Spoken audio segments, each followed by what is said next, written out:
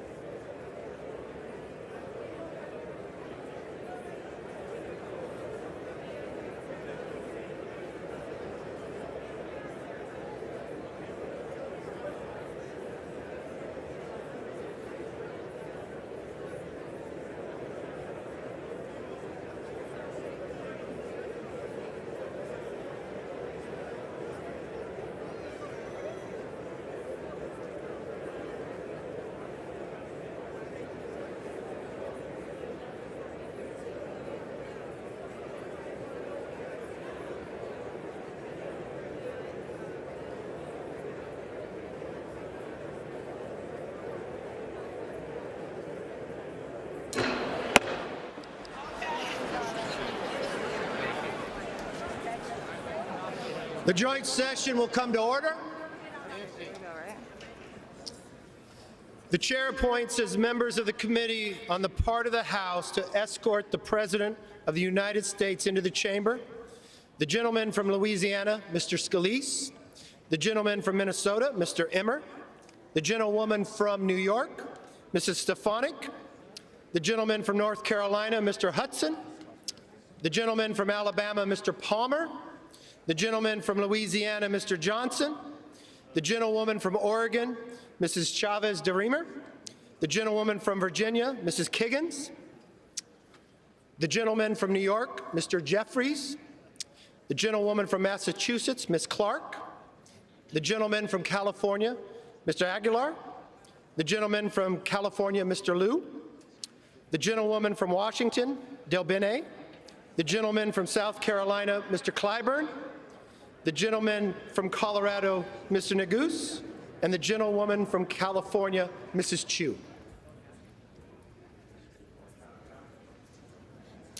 The President of the Senate, at the direction of that body, appoints the following senators as members of the committee on the part of the Senate to escort the President of the United States into the House chamber: the Senator from New York, Mr. Schumer; the Senator from Illinois, Mr. Durbin; the Senator from Washington, Ms. Murray; the Senator from Michigan, Ms. Stapadow; the Senator from Minnesota, Ms. Klobuchar; the Senator from Wisconsin, Ms. Baldwin; there she is; the Senator from Kentucky, Mr. McConnell; the Senator from South Dakota, Mr. Thune; the Senator from Wyoming, Mr. Barrasso; the Senator from West Virginia, Ms. Capito; the Senator from Iowa, Ms. Ernst; the Senator from Montana, Mr. Daines.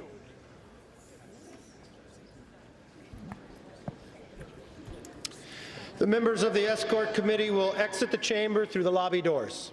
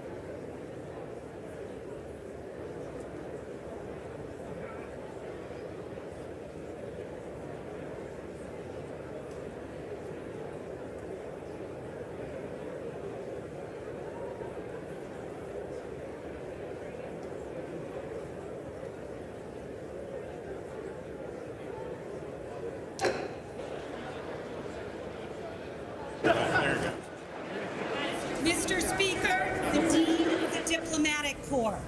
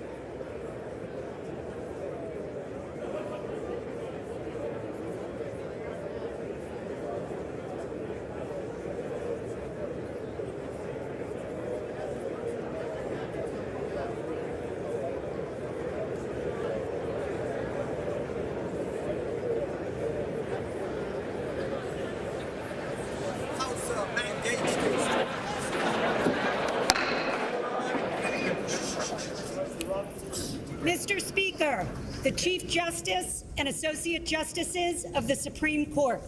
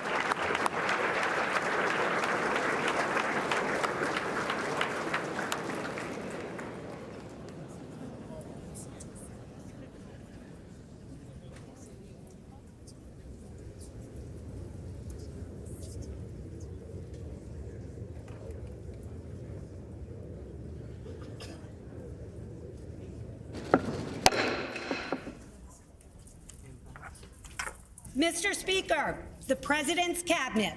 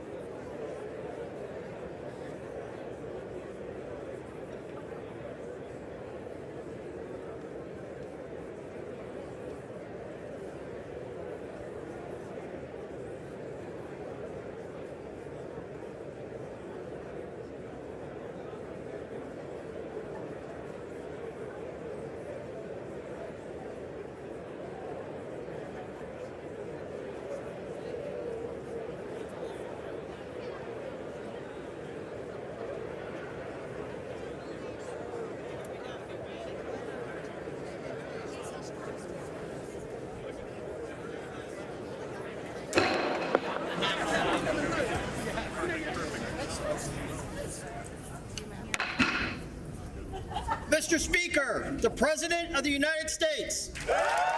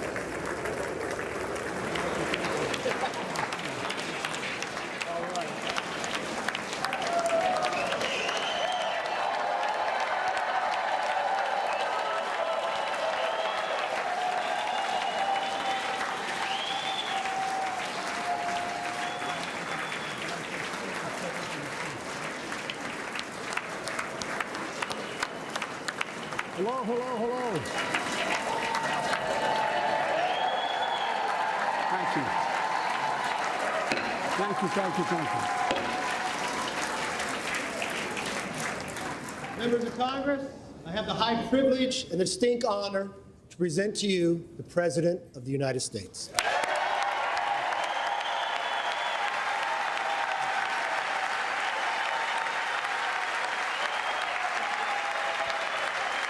Mr. Speaker. Thank you. You can smile. It's okay. Thank you, thank you, thank you. Thank you. Please.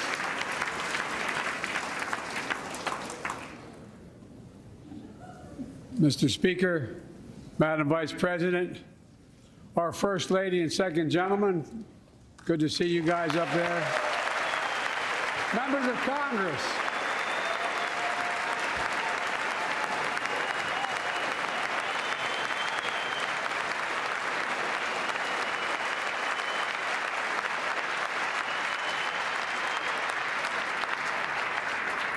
by the way, Chief Justice, I may need a court order. She gets to go to the game tomorrow, next week. I have to stay home. Got to work something out here.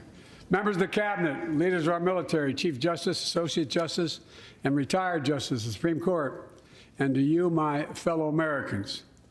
You know, I start tonight by congratulating the 118th Congress and the new Speaker of the House, Kevin McCarthy.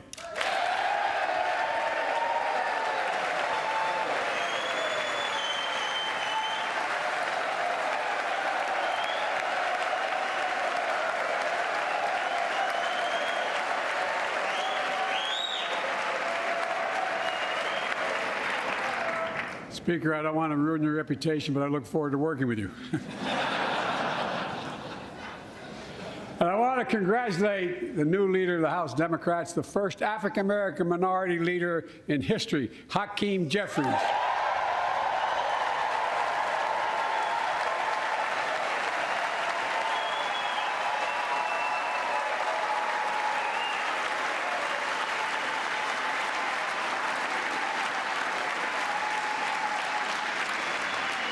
He won in spite of the fact I campaigned for him.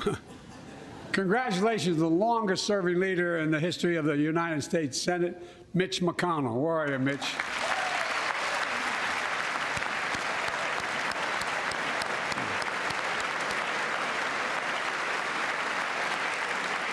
And congratulations to Chuck Schumer, another term as Senate Minority Leader. I think you. Only this time you have a slightly bigger majority, Mr. Leader, and you're the majority leader. About that much bigger? Yeah. Well, I tell you what, I want to give special recognition to someone who I think is going to be considered the greatest speaker in the history of the House of Representatives, Nancy Pelosi.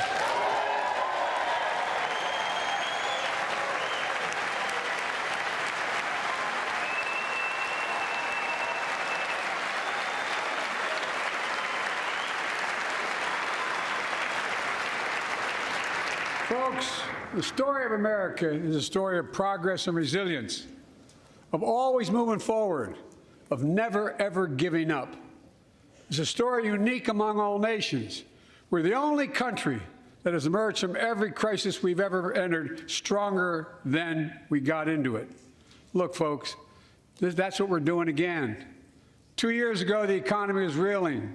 I stand here tonight after we've created, with the help of many people in this room, 12 million new jobs, more jobs created in 2 years than any president's created in 4 years, because of you all, because of the American people. 2 years ago,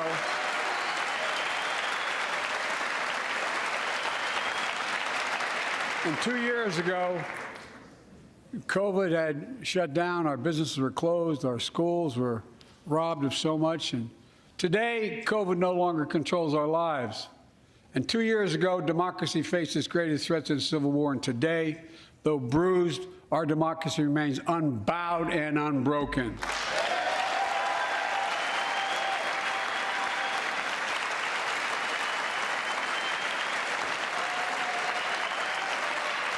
As we gather here tonight, we're writing the next chapter in the great American story, a story of progress and resilience. When world leaders ask me to define America, and they do, believe it or not, I say I can define it in one word, and I mean this: possibilities. We don't think anything is beyond our capacity. Everything is a possibility. You know, we're often told that Democrats and Republicans can't work together. But over the past 2 years, we've proved the cynics and naysayers wrong. Yes, we disagreed plenty. And yes, there were times when Democrats went alone. But time and again, Democrats and Republicans came together to defend a stronger and safer Europe. You came together to pass once in a generation infrastructure law, building bridges connecting our nation and our people. We came together to pass the most significant law ever, helping victims exposed to toxic burn pits. And in fact,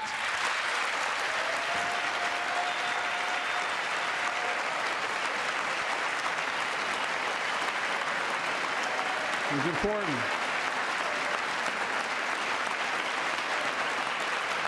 And in fact, I signed over 300 bipartisan pieces of legislation since becoming president, from reauthorizing the Violence Against Women Act, the Electoral Count Reform Act, the Respect for Marriage Act that protects the right to marry the person you love.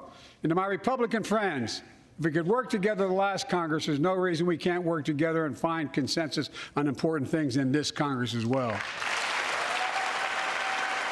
I think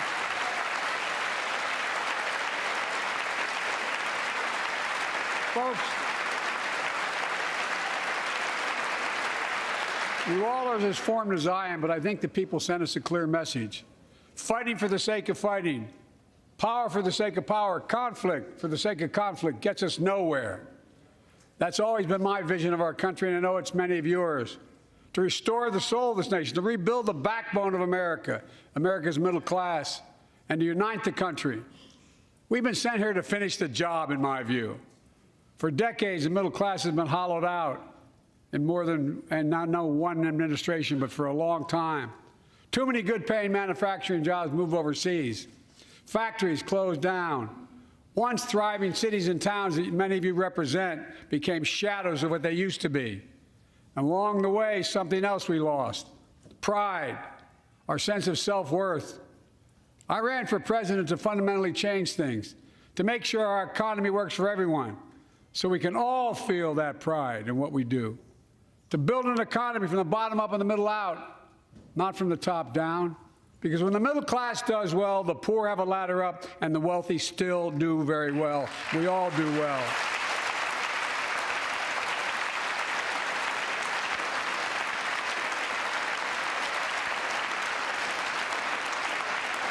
I know a lot of you always kid me for always quoting my dad, but my dad used to say, "Joey, a job's about a lot more than a paycheck." He really would say this. It's about a lot more than a paycheck. It's about your dignity. It's about respect. It's about being able to look your kid in the eye and say, "Honey, it's going to be okay," and mean it. Well, folks, so let's look at the results.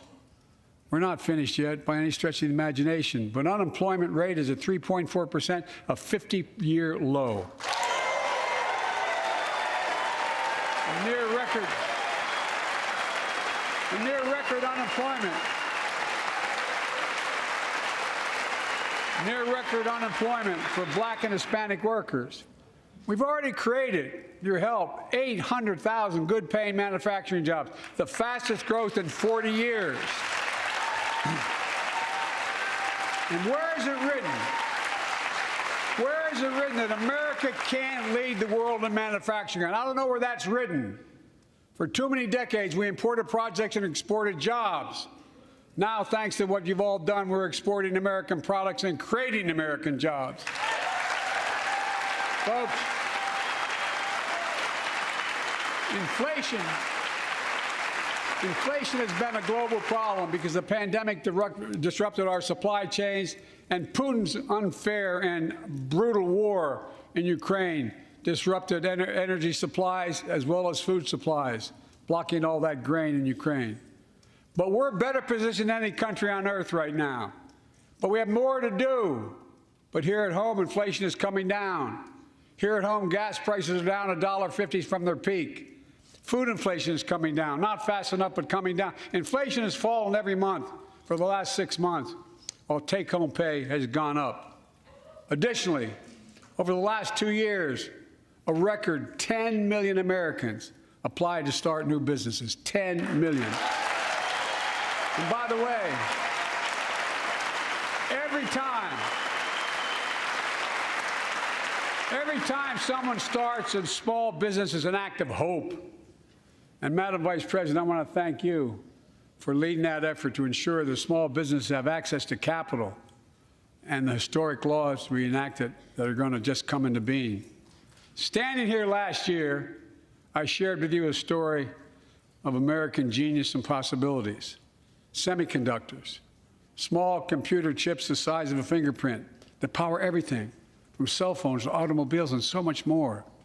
These chips were invented in America. Let's get that straight. They were invented in America.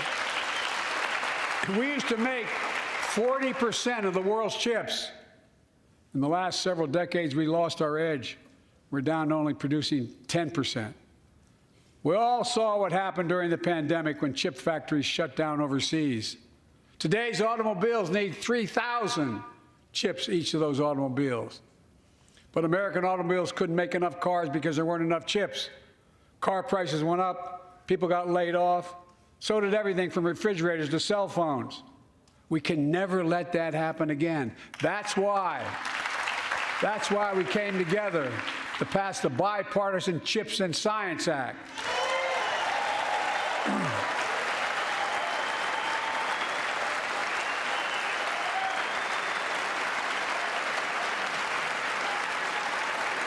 Folks, I know I've been criticized for saying this, but I'm not changing my view.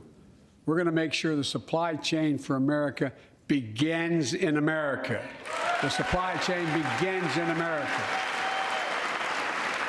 We've already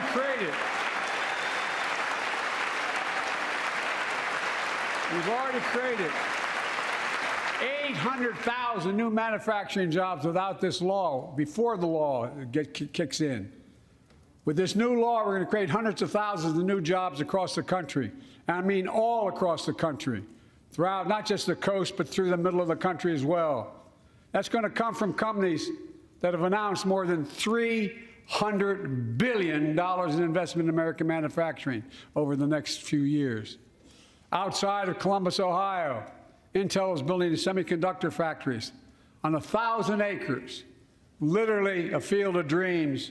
It's going to create 10,000 jobs, that one investment, 7,000 construction jobs, 3,000 jobs in those factories once they're finished. They call them factories. Jobs paying an average of $130,000 a year, and many do not require a college degree.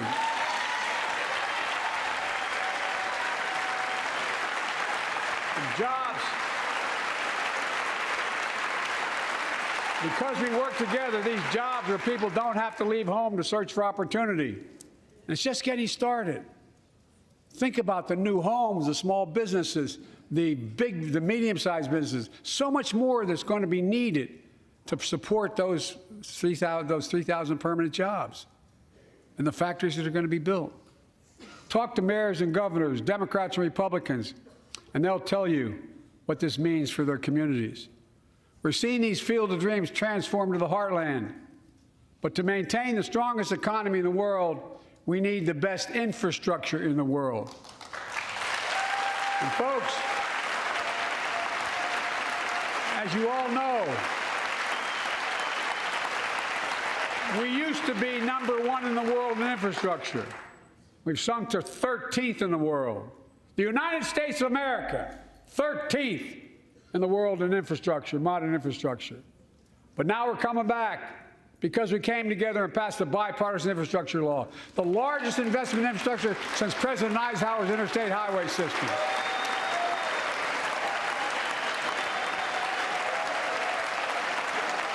And folks, already we've funded over 20,000 projects, including major airports from Boston to Atlanta to Portland. Projects that are going to put thousands of people to work rebuilding our highways, our bridges, our railroads, our tunnels, ports, airports, clean water, high-speed internet, all across America. Urban, rural, tribal. And folks, We're just getting started. We're just getting started. And I mean it sincerely. I want to thank my Republican friends who voted for the law, and my Republican friends who voted against it as well. But I still get asked to fund the projects in those districts as well. But don't worry. I promised I'd be a president for all Americans. We'll fund these projects, and I'll see you at the groundbreaking. Look, this law will further unite all of America. Projects like Brent Spence Bridge in Kentucky over the Ohio River, built 60 years ago, badly needed repairs, one of the nation's most congested freight routes, carrying $2 billion worth of freight every single day across the Ohio River. And folks, I've been talking about fixing it for decades, but we're really finally going to get it done. Yes. I went there last month with Democrats and Republicans, and from both states, to deliver a commitment of $1.6 billion for this project. And while I was there, I met a young woman named Sarah, who's here tonight. I don't know where Sarah is. Is she up in the box? I don't know. Sarah, how are you? Well, Sarah, for 30 years,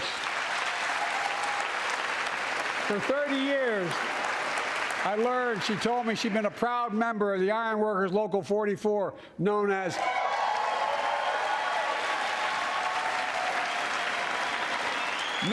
the Cowboys in the Sky. The folks who built Cincinnati's skyline. Sarah said she can't wait to be 10 stories above the Ohio River building that new bridge. God bless her. That's pride. And that's what we're also building. We're building back pride. Look, we're also replacing poisonous lead pipes that go into 10 million homes in America, 400,000 school and child care centers. So every child in America can drink the water instead of having permanent damage to their brain. Look, we're making sure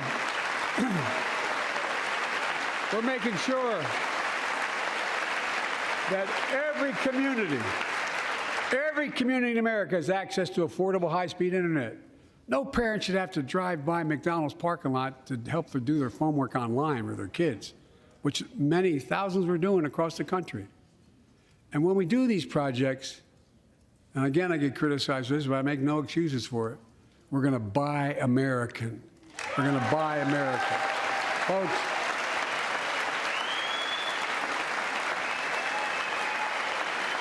and it's totally consistent with international trade rules. Buy America has been the law since 1933, but for too long, past administrations, Democrat and Republican, have not anymore. Tonight, I'm announcing new standards that require all construction materials used in federal infrastructure projects to be made in America. Made in America. I mean it. Lumber, glass, drywall, fiber optic cable. And on my watch, American roads, bridges, and American highways are going to be made with American products as well. Folks, my economic plan is about investing in places and people that have been forgotten. So many of you listening to me tonight, I know you feel it. So many of you felt like you've just simply been forgotten. Amid the economic upheaval of the past 4 decades, too many people have been left behind and treated like they're invisible. Maybe that's you watching from home. Remember the jobs that went away. You remember them, don't you? The folks at home remember them. You wonder whether the path even exists anymore for your children to get ahead without having to move away. Well, that's why I get that. That's why we're building an economy where no one's left behind. Jobs are coming back. Pride is coming back because choices we made in the last several years. You know, this is, in my view, a blue-collar blueprint to rebuild America. and make a real difference in your lives at home.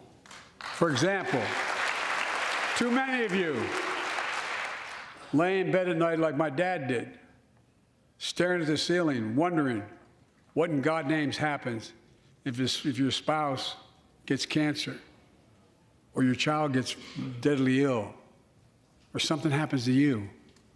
What are you going to have? You get money to pay for those medical bills? Or you're going to have to sell the house or try to get a second mortgage on it. I get it. I get it. With the Inflation Reduction Act that I signed into law, we're taking on powerful interest to bring health care costs down so you can sleep better at night with more security. You know, we pay more for prescription drugs than any nation in the world. Let me say it again. We pay more for prescription drugs than any major nation on earth. For example, 1 in 10 Americans has diabetes. Many of you in this chamber do, and in the audience. But every day, millions need insulin to control their diabetes so they can literally stay alive. Insulin's been around for over 100 years. The guy who invented it didn't even patent it because he wanted it to be available for everyone. It cost the drug companies roughly $10 a vial to make that insulin. Packaging and all, you may get up to $13. But Big Pharma has been unfairly charging people hundreds of dollars, $400 to $500 a month, making record profits. Not anymore. Not anymore.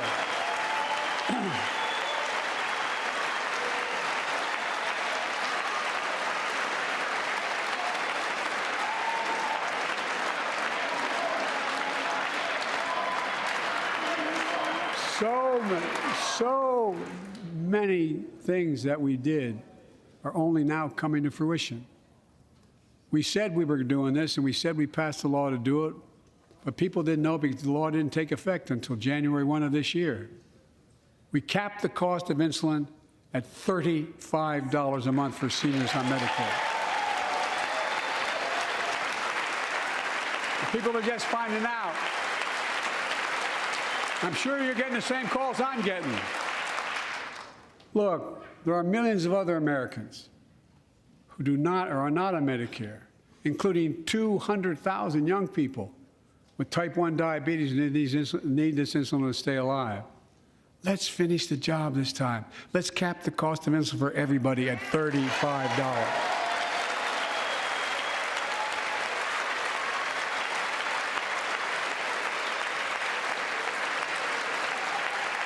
Folks,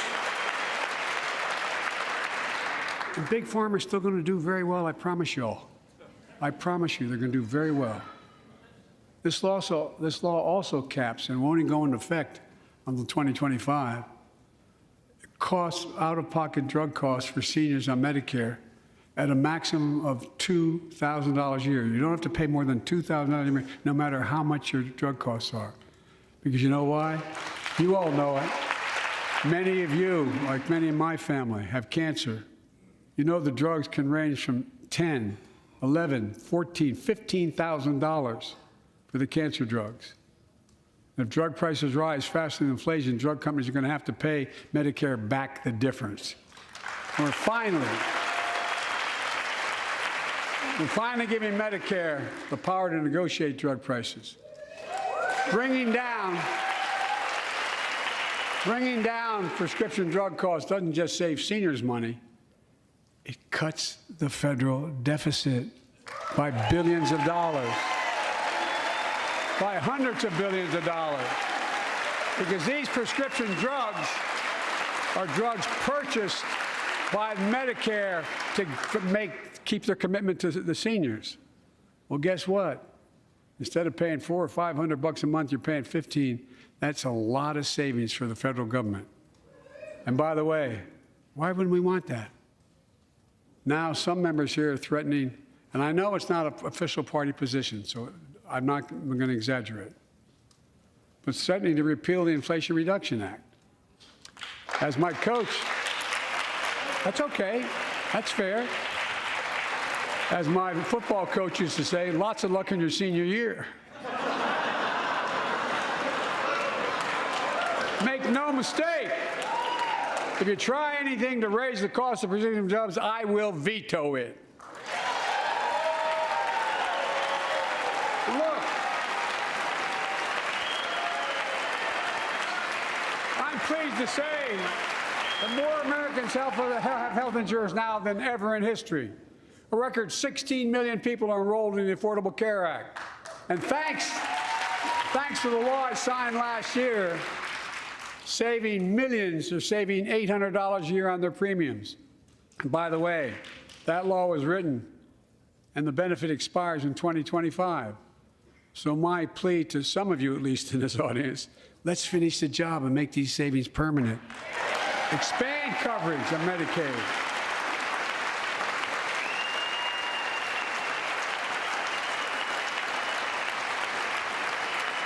Look, the Inflation Reduction Act is also the most significant investment ever in climate change.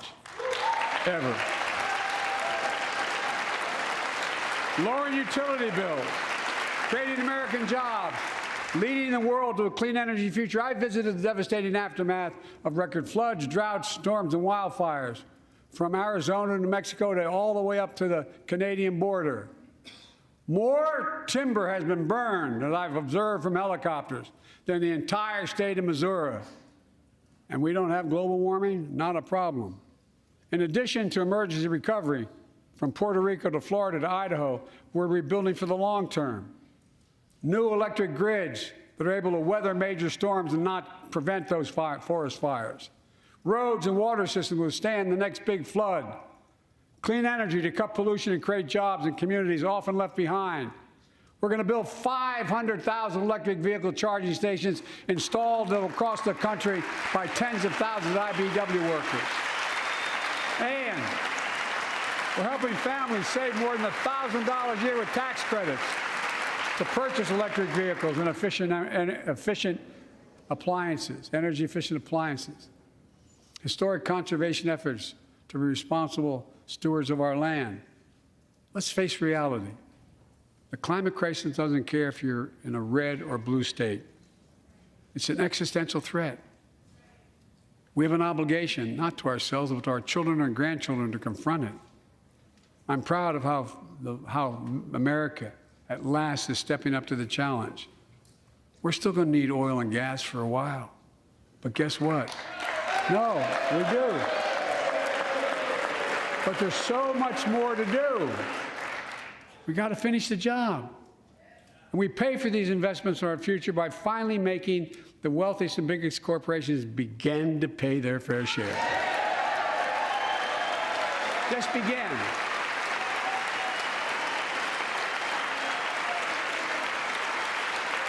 Look, I'm a capitalist. I'm a capitalist, but pay your fair share. I think a lot of you at home agree with me and many people that you know. The tax system is not fair. It is not fair.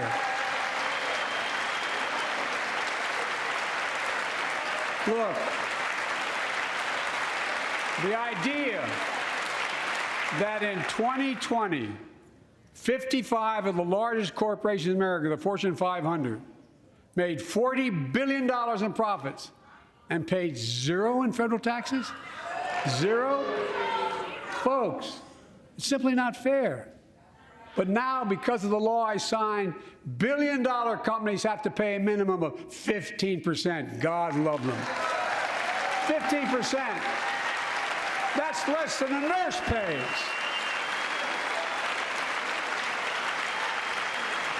And let me be crystal clear. I said at the very beginning, under my plans, as long as I'm president, nobody earning less than $400,000 will pay an additional penny in taxes. Nobody, not one penny. But let's finish the job. There's more to do. We have to reward work, not just wealth. Pass my proposal for the billionaire minimum tax. You know, there's 1,000 billionaires in America. It's up from about 600 in the beginning of the term. But no billionaire should be paying a lower tax rate than a school teacher or firefighter. I mean it. Think about it.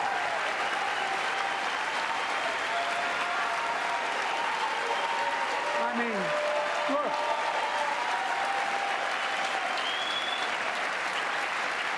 I know you aren't enthusiastic about that, but think about it. Think about it. Have you noticed Big Oil just reported its profits, record profits?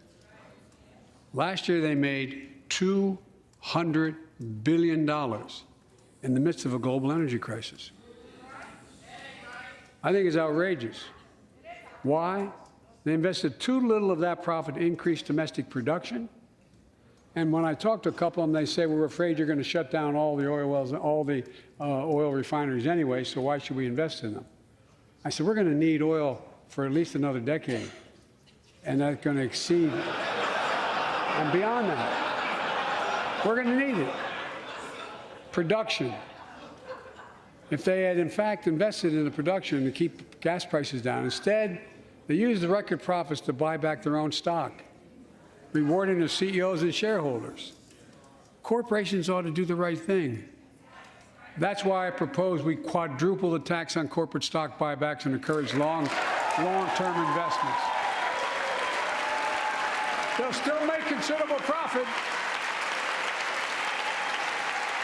Let's finish the job and close the loophole to allow very wealthy to avoid paying their taxes. Instead of cutting the number of audits for wealthy taxpayers, I just signed a law to reduce the deficit by $114 billion by cracking down on wealthy tax cheats.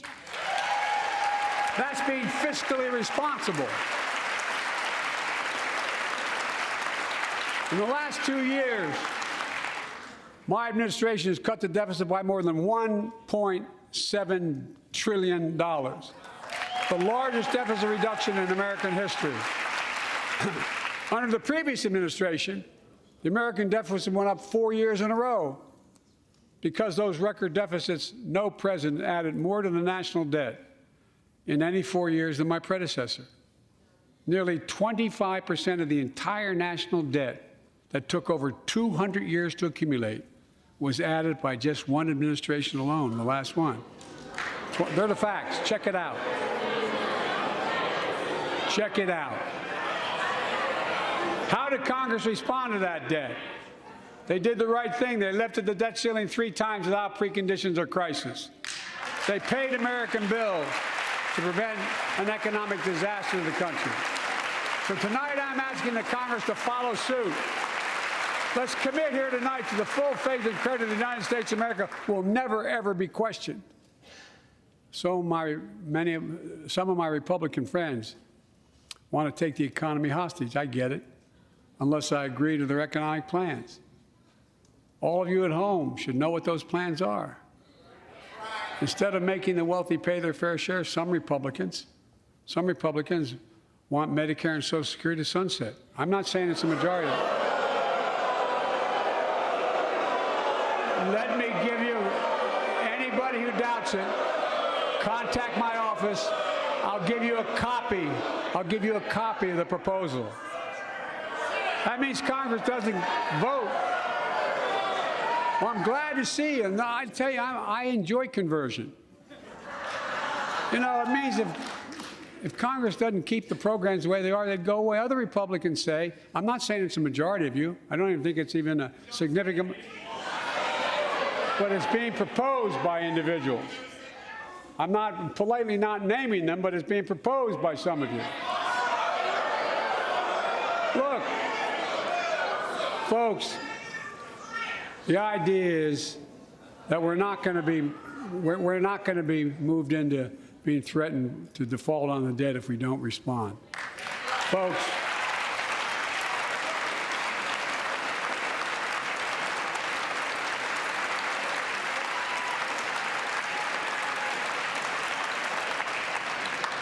Folks, as we all apparently agree, Social Security and Medicare is off the books now, right?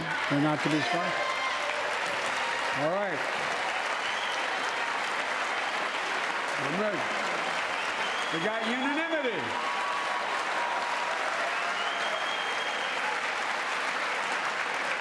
Social Security and Medicare are a lifeline for millions of seniors. Americans have to pay into them from the very first paycheck they started. So tonight, let's all agree, and we apparently are. Let's stand up for seniors.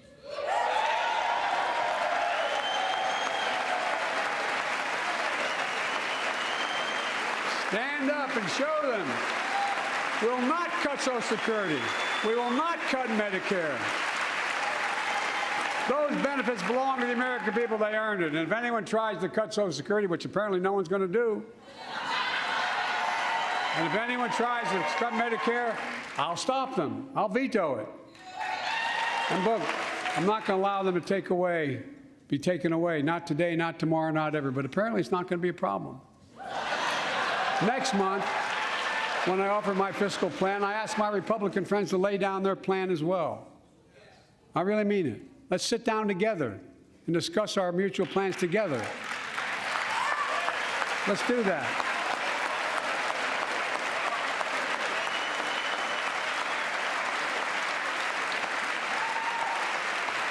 I can tell you, the plan I'm going to show you is going to cut the deficit by another $2 trillion. And it won't cut a single bit of Medicare or Social Security. In fact, we're going to extend the Medicare Trust Fund at least 2 decades, because that's going to be the next argument. How do we keep it solvent, right? Well, we'll not raise tax on anyone making under 400 grand, but we'll pay for it the way we talked about tonight, by making sure that the wealthy and big corporations pay their fair share. Look. Here's the deal. They aren't just taking advantage of the tax code. They're taking advantage of you, the American consumer. Here's my message to all of you out there. I have your back. We're already preventing Americans from receiving surprise medical bills, stopping $1 billion surprise bills per month so far. We're protecting seniors' life savings by cracking down on nursing homes that commit fraud, endanger patient safety, prescribe drugs that are not needed. Millions of Americans can now save thousands of dollars because they can finally get a hearing aid over the counter without a prescription. Look, capitalism without competition is not capitalism. It's extortion. It's exploitation. Last year, I cracked down with the help of many of you on foreign shipping companies that were making you pay higher prices for every good coming into the country. I signed a bipartisan bill that cut shipping costs by 90%, helping American farmers, businessmen, and consumers. Let's finish the job. Pass the bipartisan legislation to strengthen antitrust enforcement and prevent big online platforms from giving their own products an unfair advantage.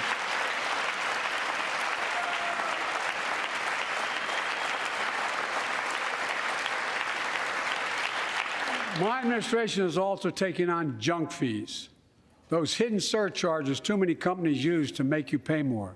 For example, we're making airlines show you the full ticket price up front, refund your money if your flight is canceled or delayed. We've reduced exorbitant bank overdrafts by saving consumers more than $1 billion a year. We're cutting credit card late fees by 75%, from $30 to $8. Look, junk fees may not matter to the very wealthy, but they matter to most other folks in homes like the one I grew up in, like many of you did. They add up to hundreds of dollars a month. They make it harder for you to pay your bills or afford that family trip. I know how unfair it feels when a company overcharges you and gets away with it. Not anymore. We've written a bill to stop it all. It's called the Junk Fee Prevention Act. We're going to ban surprise resort fees that hotels charge on your bill. Those fees can cost you up to $90 a night at hotels that aren't even resorts. The idea that cable, internet, and cell phone companies can charge you $200 or more if you decide to switch to another provider. Give me a break. We can stop service fees on tickets to concerts and sporting events and make companies disclose all the fees up front. And we'll prohibit airlines from charging $50 round trip for a family just to be able to sit together. Baggage fees are bad enough. Airlines can't treat your child like a piece of baggage. Americans are tired of being. We're tired of being played for suckers. So pass the Junk Fee Prevention Act so companies stop ripping us off. For too long, workers have been getting stiffed. but not anymore. We're beginning to restore the dignity of work. For example, I should have known this, but I didn't until 2 years ago. 30 million workers have to sign non-compete agreements for the jobs they take. 30 million. So a cashier at a burger place can't walk across town and take the same job at another burger place and make a few bucks more. It just changed. But they just changed it because we exposed it. That was part of the deal, guys. Look it up. But not anymore. We're banning those agreements so companies have to compete for workers and pay them what they're worth.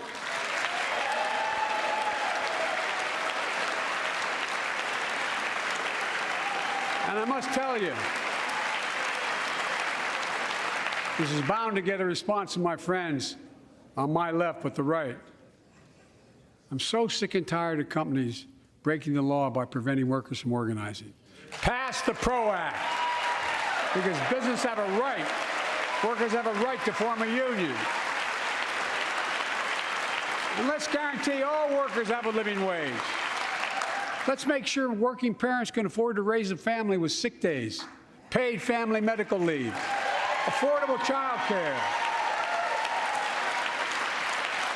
That's going to enable millions of more people to go and stay at work. And let's restore the full child tax credit, which gave tens of millions of parents some breathing room and cut child poverty in half to the lowest level in history. And by the way, when we do all these things, we increase productivity. We increase economic growth. So let's finish the job and get more families access to affordable, quality housing. Let's get seniors who want to stay in their homes the care they need to do so. Let's give more breathing room to millions of family caregivers looking after their loved ones. Pass my plan so we get seniors and people with disabilities the home care and services they need. And support the workers who are doing God's work. These plans are fully paid for, and we can afford to do them. Restoring the dignity of work means making education an affordable ticket to the middle class. You know, when we made public education, 12 years of it, universal in the last century, we made the best educated, best paid, we became the best educated, best paid nation in the world. But the rest of the world's caught up. It's caught up. Jill, my wife, who teaches full time, has an expression. I hope I get it right, kid. Any nation that out-educates us is going to out-compete us. Any nation that out-educates is going to out-compete us. Folks, we all know 12 years of education is not enough to win the economic competition of the 21st century. We want to have the best educated workforce. Let's finish the job by providing access to preschool for 3 and 4 years old.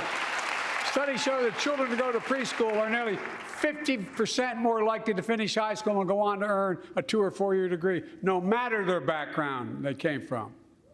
Let's give public school teachers a raise.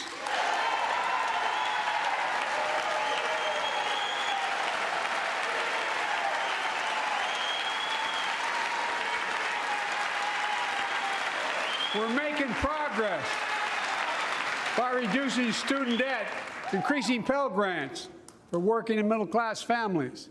Let's finish the job and connect students to career opportunities starting in high school. Provide access to 2 years of community college, the best career training in America, in addition to being a pathway to a 4-year degree. Let's offer every American a path to a good career, whether they go to college or not. And folks, in the midst of the COVID crisis, when schools were closed and we were shutting down everything, let's recognize how far we came in the fight against the pandemic itself.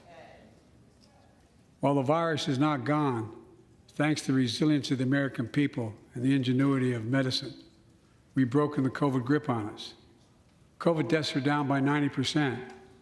We've saved millions of lives and opened up our country. We opened our country back up, and soon we'll end the public health emergency. But that's called a public health emergency. But we'll remember the toll and pain that's never going to go away. More than 1 million Americans lost their lives to COVID. 1 million. Families grieving, children orphaned, empty chairs at the dining room table constantly reminding you that she used to sit there. Remembering them, we remain vigilant.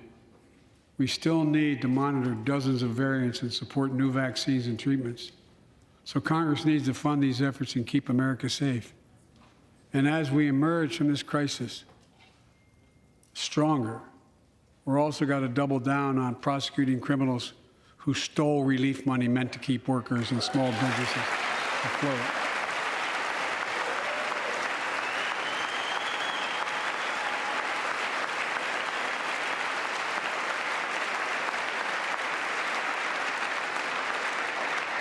Before I came to office, you remember, during that campaign, the big issue was about inspector generals who would protect taxpayers' dollars who were sidelined. They were fired. Many people said we don't need them. And fraud became rampant. Last year, I told you the watchdogs are back. Since then, we've recovered billions of taxpayers' dollars. Now let's triple the anti-fraud strike force going after these criminals, double the statute of limitations on these crimes, and crack down on identity fraud by criminal syndicates stealing billions of dollars from the American people. And the data shows that for every dollar we put into fighting fraud, the taxpayers get back at least 10 times as much. It matters. It matters.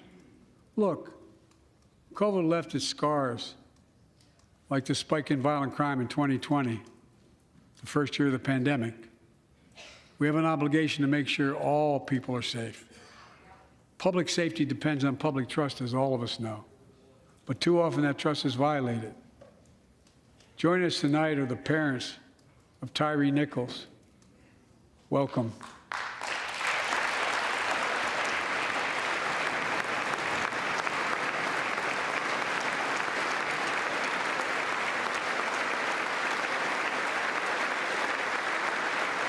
We had to bury Tyree last week. As many of you personally know, there's no words to describe the heartache or grief of losing a child. But imagine if you lost that child at the hands of the law.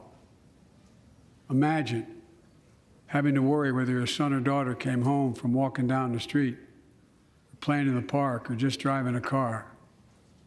Most of us in here have never had to have the talk that brown and black parents have had to have with their children. Bo, Hunter, Ashley, my children, I never had to have the talk with them. I never had to tell them if a police officer pulls you over, turn your interior lights on right away. Don't reach for your license. Keep your hands on the steering wheel. Imagine having to worry like that every single time your kid got in a car. Here's what Tyree's mother shared with me when I spoke to her. When I asked her how she finds the courage to carry on and speak out. The faith of God, she said her son was, quote, a beautiful soul, and something good will come of this. Imagine how much courage and character that takes. It's up to us, to all of us. We all want the same thing. Neighborhoods free of violence. Law enforcement who earns the community's trust. Just as every cop, when they pin on that badge in the morning, has a right to be able to go home at night, so does everybody else out there. Our children have a right to come home safely. Equal protection under the law is a covenant we have with each other in America. We know police officers put their lives on the line every single night and day. And we know we ask them in many cases to do too much, to be counselors, social workers, psychologists, responding to drug overdoses, mental health crises, and so much more. In one sense, we ask much too much of them. I know most cops and their families are good, decent, honorable people, the vast majority. But they risk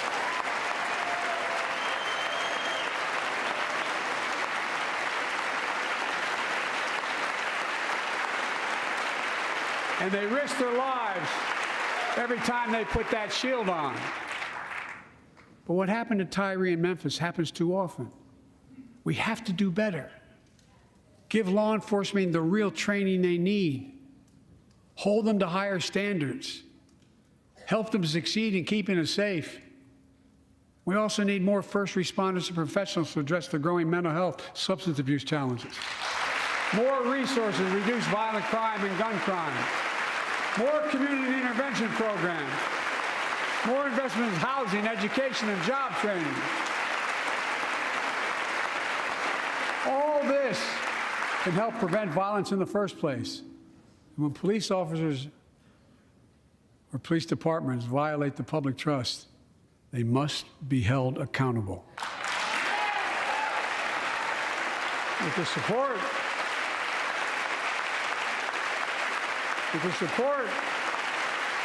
of the families of victims, civil rights groups, and law enforcement, I signed an executive order for all federal officers, banning chokeholds, restricting no-knock warrants, and other key elements of the George Floyd Act.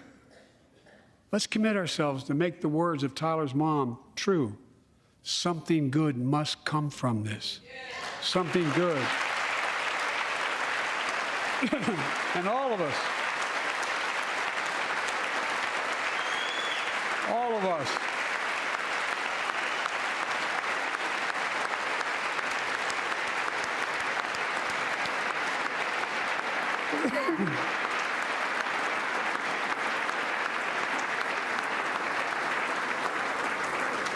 folks, it's difficult, but it's simple. All of us in this chamber, we need to rise to this moment.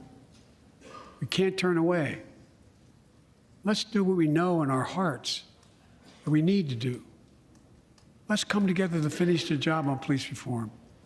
Do something. Do something. That was the plea of parents who lost their children in Uvalde. I met with every one of them. Do something about gun violence. Thank God. Thank God we did. Passing the most sweeping gun safety law in 3 decades. That includes things like that the majority of responsible gun owners already support. Enhanced background checks for 18 to 21 years old. Red flag laws, keeping guns out of the hands of people who are a danger to themselves and others. But we know our work is not done. Joining us tonight is Brandon Say, a 26-year-old hero. Brandon put his college dreams on hold to be at his mom's side. His mom's side when she was dying from cancer. And Brandon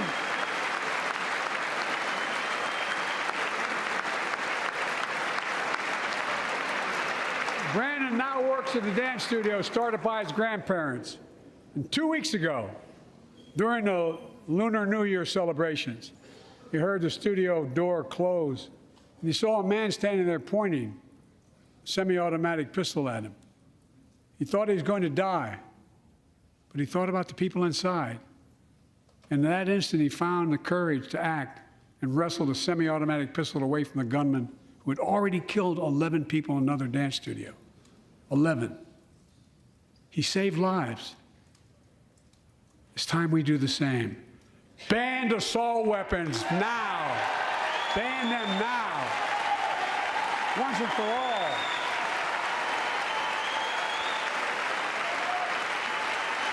I led the fight to do that in 1994.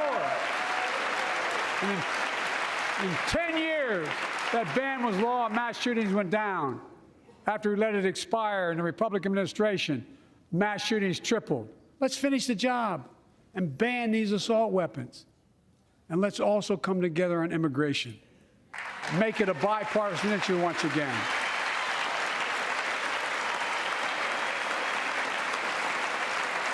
We now have a record number of personnel working to secure the border, arresting 8,000 human smugglers, seizing over 23,000 pounds of fentanyl in just the last several months.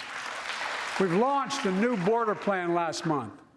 Unlawful migration from Cuba, Haiti, Nicaragua, and Venezuela has come down 97% as a consequence of that.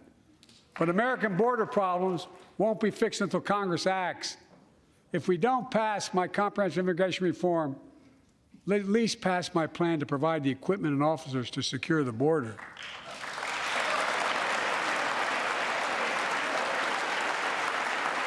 And a pathway to citizenship for dreamers, those on temporary status, farm workers, essential workers. Here in the People's House, it's our duty to protect all the people's rights and freedoms. Congress must restore the right and the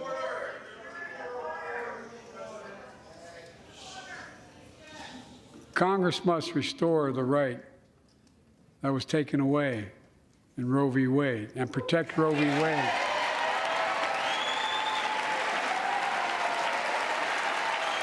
Give every woman a consular right.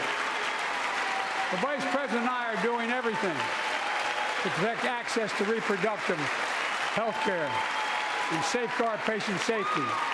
But already more than a dozen states are enforcing extreme abortion bans. Make no mistake about it. If Congress passes a national ban, I will veto it. But let's also pass the Bipartisan Equality Act to ensure LGBTQ Americans, especially transgender young people, can live with safety and dignity. Our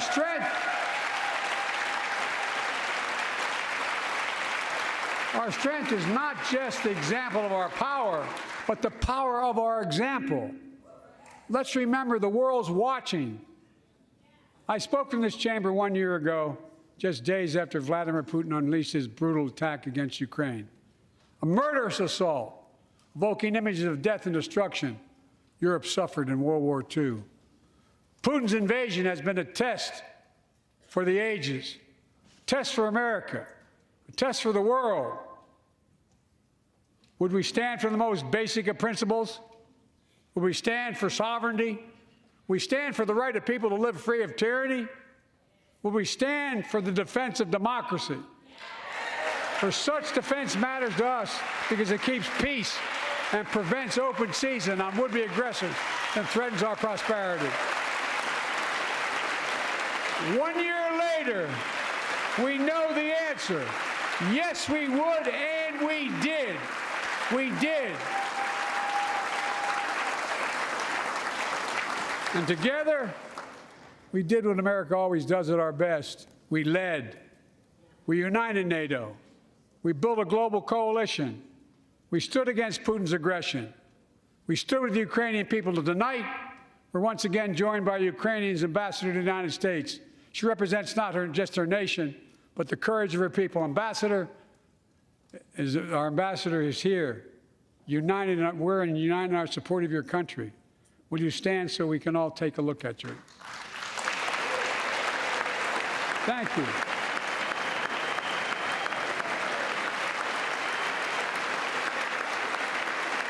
Because we're going to stand with you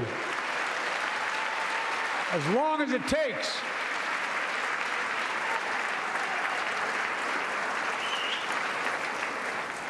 Our nation's working for more freedom, more dignity, more peace, not just in Europe, but everywhere. Before I came to office, the story was about how the People's Republic of China was increasing its power and America was failing in the world. Not anymore. We made clear, and I made clear in my personal conversations, which have been many, with President Xi, that we seek competition, not conflict. But I will make no apologies that we're investing to make America stronger, investing in American innovation and industries that will define the future that China intends to be dominating, investing in our alliances and working with our allies to protect advanced technologies so they will not be used against us, modernizing our military to safeguard stability and deter aggression.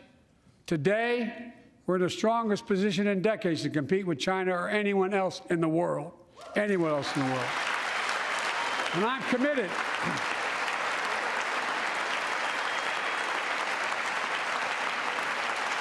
I'm committed to work with China where we can advance American interests and benefit the world. But make no mistake about it. As we made clear last week, if China threatens our sovereignty, We will act to protect our country, and we did.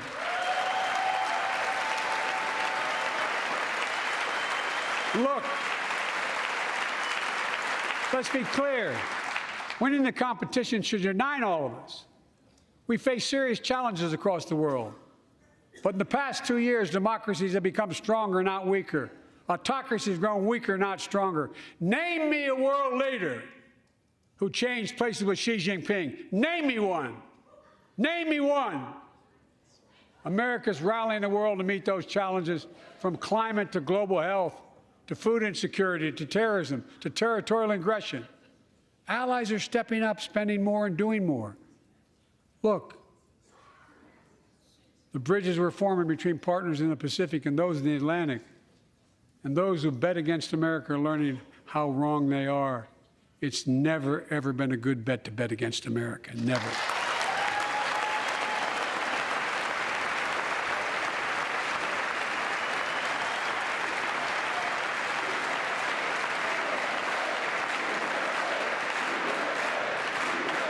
Well, when I came to office, most assured that bipartisanship assumed was impossible, but never believed it. That's why a year ago I offered a unity agenda to the nation as I stood here. We made real progress together. We passed a law making it easy for doctors to prescribe effective treatments for opioid addiction. We passed the gun safety law, making historic investments in mental health.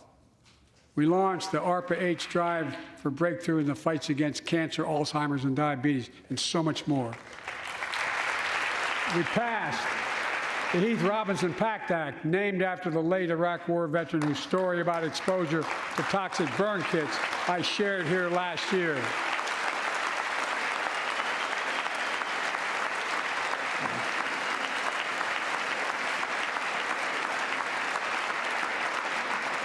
I understand something about those burn pits, but there's so much more to do.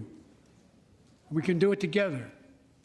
Joining us tonight is a father named Doug from Newton, New Hampshire. He wrote Jill, my wife, a letter, and me as well, about his courageous daughter, Courtney. A contagious laugh, his sister's best friend, her sister's best friend. He shared a story all too familiar to millions of Americans and many of you in the audience. Courtney discovered pills in high school. It spiraled into addiction and eventually death from a fentanyl overdose. She was just 20 years old. Describing the last 8 years without her, Doug said, "There's no worse pain." Yet their family has turned pain to purpose, working to end the stigma and change laws. He told us he wants to start a journey toward American recovery. Doug, we're with you. Fentanyl is killing more than 70,000 Americans a year. Big, you got it.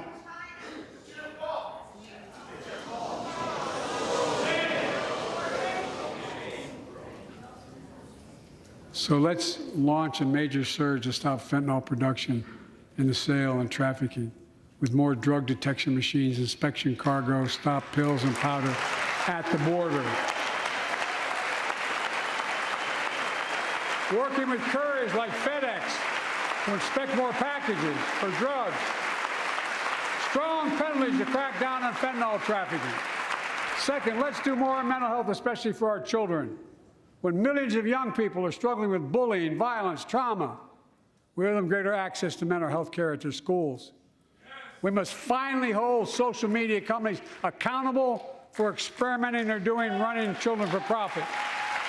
It's time to pass bipartisan legislation to stop big tech from collecting personal data on our kids and teenagers online, ban targeted advertising to children, and impose stricter limits on the personal data that companies collect on all of us.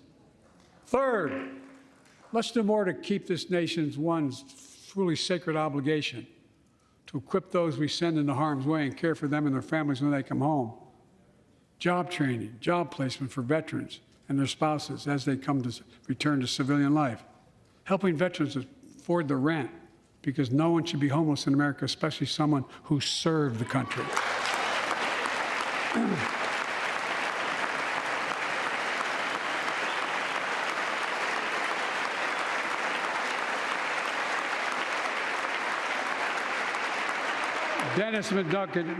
Dennis McDonough is here, of the VA. We had our first real discussion when I asked him to take the job. I'm glad he did. We were losing up to 25 veterans a day on suicide. Now we're losing 17 a day to the silent scourge of suicide. 17 veterans a day are committing suicide. More than all the people being killed in the wars. Folks, VA is doing everything it can, including expanding mental health screening, proven programs that recruits veterans to help other veterans understand what they're going through, get them the help they need. We got to do more. And fourth, last year, Jill and I reignited the cancer moonshot that I was able to start with President Obama asked me to lead our administration on this issue. Our goal is to cut the cancer death rates at least by 50% in the next 25 years. Turn more cancers from death sentences to treatable diseases. Provide more support for patients and their families. It's personal to so many of us in this audience. Joining us are Morris and Candice, an Irishman and the daughter of immigrants from Panama. They met and fell in love in New York City and got married in the same chapel Jill and I got married in New York City. Kindred spirits. He wrote us a letter about his little daughter, Ava, and I saw her just before I came over. She was just a year old when she was diagnosed with rare kidney disease, cancer. After 26 blood transfusions, 11 rounds of radiation, 8 rounds of chemo, 1 kidney removed, giving a 5% survival rate. He wrote how in the darkest moments he thought, if she goes, I can't stay. Many of you have been through that as well. Jill and I understand that like so many of you. And he read Jill's book describing our family's cancer journey and how we tried to steal moments of joy where we could with Bo. For them, that glimmer of joy was the half smile of their baby girl. It meant everything to them. They never gave up hope. Little Ava never gave up hope. She turns 4 next month. They just found out Ava's beating the odds, is on her way to being cured of cancer. And she's watching from the White House tonight if she's not asleep already. For the lives we can save,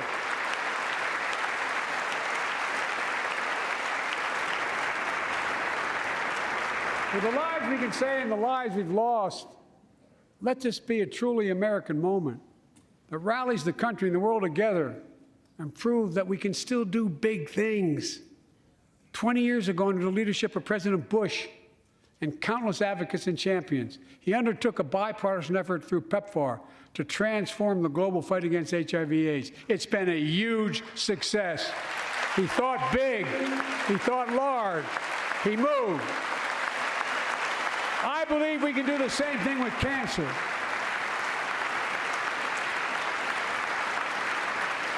Let's end cancer as we know it. Cure some cancers once and for all. Folks, there's one reason why we've been able to do all of these things. Our democracy itself. It's the most fundamental thing of all. With democracy, everything's possible. Without it, nothing is. For the last few years, our democracy has been threatened and attacked, put at risk, put to the test in this very room on January the 6th. And then just a few months ago, an unhinged big lie assailed and unleashed a political violence, the home of the then Speaker of the House of Representatives, using the very same language the insurrectionists used as they stalked these halls and chanted on January 6th. Here tonight in this chamber is a man who bears the scars of that brutal attack, but is as tough and as strong, as resilient as they get. My friend Paul Pelosi. Paul, stand up.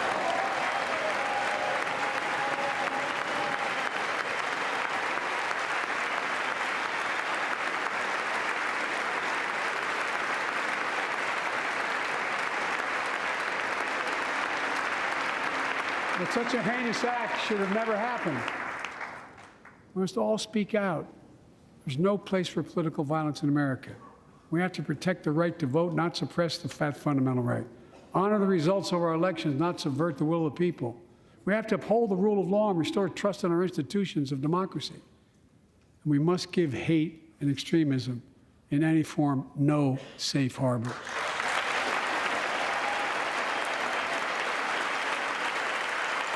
Democracy must not be a partisan issue. It's an American issue. Every generation of Americans has faced a moment where they have been called to protect our democracy, defend it, stand up for it. And this is our moment. My fellow Americans, we meet tonight at an inflection point, one of those moments that only a few generations ever face, where the direction we now take is going to decide the course of this nation for decades to come. We're not bystanders of history. We're not powerless before the forces that confront us. It's within our power of we, the people. We're facing the test of our time. We have to be the nation we've always been at our best, optimistic, hopeful, forward-looking. A nation that embraces light over dark, hope over fear, unity over division, stability over chaos. We have to see each other not as enemies, but as fellow Americans. We're good people. The only nation in the world built on an idea, the only one.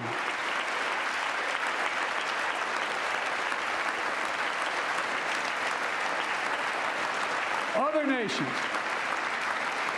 are defined by geography, ethnicity, but we're the only nation based on an idea that all of us, every one of us, is created equal in the image of God. A nation that stands as a beacon to the world. A nation in a new age of possibilities. So I've come to fulfill my constitutional obligation to report in the State of the Union. And here's my report. Because the soul of this nation is strong, because the backbone of this nation is strong, because the people of this nation are strong, the State of the Union is strong.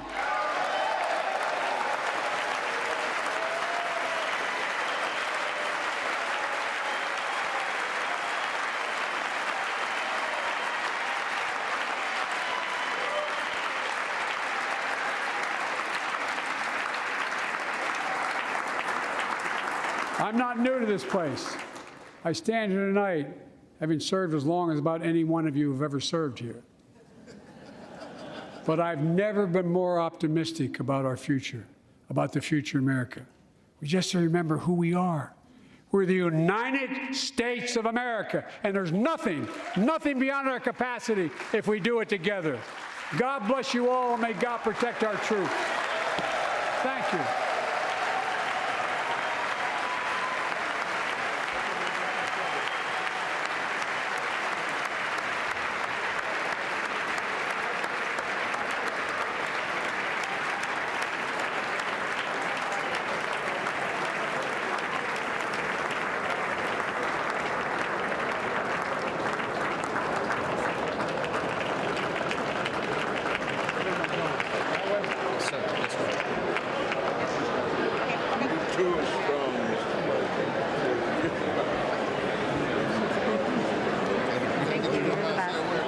Mr. President, great speech, sir.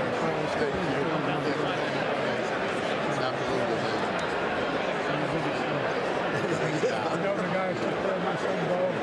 He's coming right here. Yes, sir.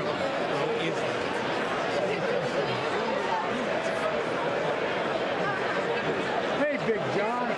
Good job, Mr. President. I told John I'd pay 4 years against him. Never helped him. Look for me.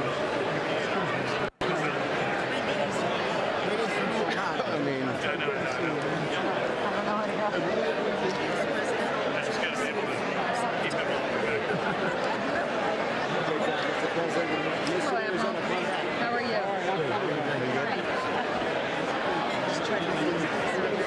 You know this guy behind me in the pink suit? Come on, sir. Right. Yeah, right.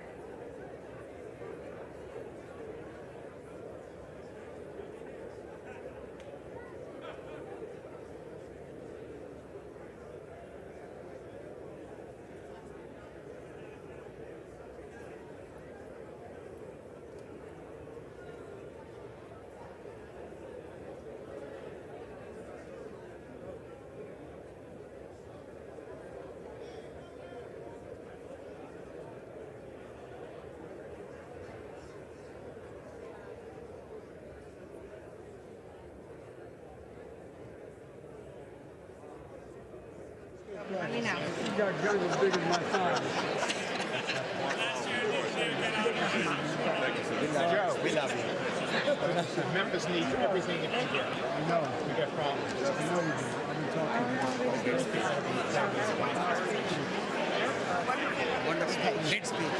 Sorry. Sorry you guys had to sit there. I apologize. Nice to see you, Mr. President.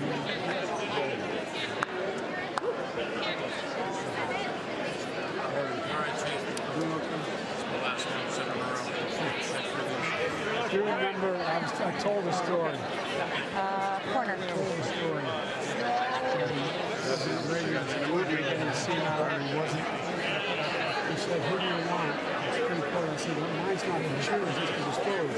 You propose, we dispose. He said, read off the list of names. He read the foremost conservative justices in Arizona. He said, Griffin Freeman. It's a true story. And I said, he said, well, you're for him. I said, no, I don't know what you're for. I think this story is very good. And he said, you're for him. He kept this up. I told him how it's like it's now I tell him. And all of a sudden, he goes, you got a new Joe? And I looked out of my kid and I said, I really didn't. Come with me. And he walked over to the door on the private dining room. And nobody was going and he says, Judge for you. For that. I said he didn't miss a step. Oh, yeah, no, he had a great sense of humor. He had a great sense of humor. You confirmed me in the circuit. Oh, I know.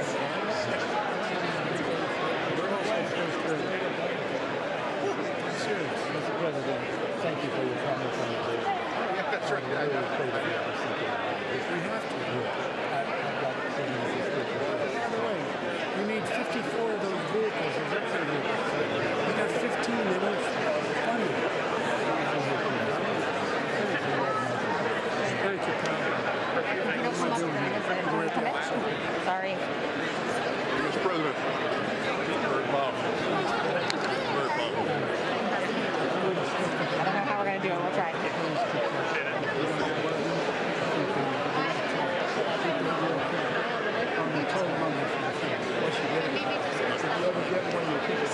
My mother said left hand closest to the heart. You blessed me. Thank you so much. Good. You enjoyed Simple. Yeah. And then you said, yep. My God, I want to give you points to the floor.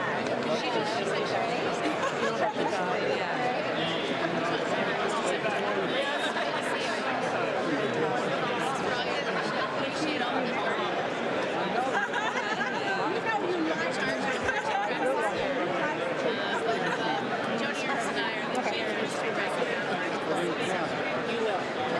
How are you? Good. How are you doing? Good to see you. How are you doing? Good. This is Kate Vasquez from New Mexico, and I know you guys have a great. And these are our newest members. Yes, I remember. yes, of course. It was great. My youngest went to Rock. Both went to Rock. Much smaller. We wanted more bigger size and more very nice. So far, so good. Just great. Thank you. Okay, I'll tell him. No call. The note. You have to talk to you, send the note. Okay, All right. I'll tell him. She's the first one who got elected to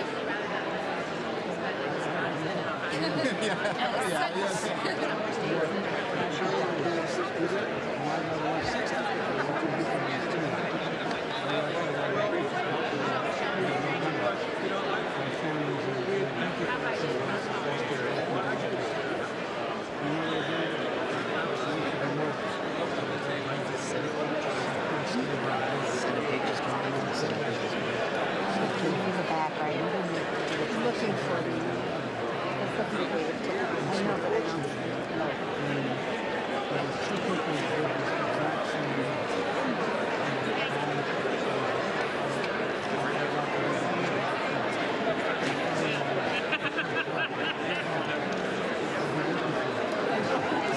Might be back there. We'll see.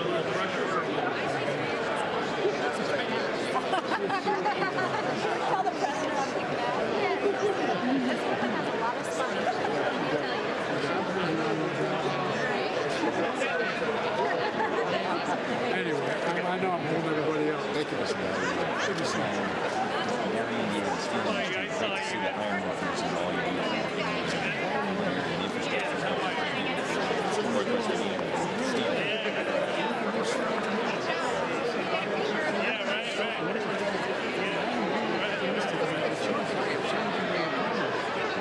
There's $1 billion project for hydrogen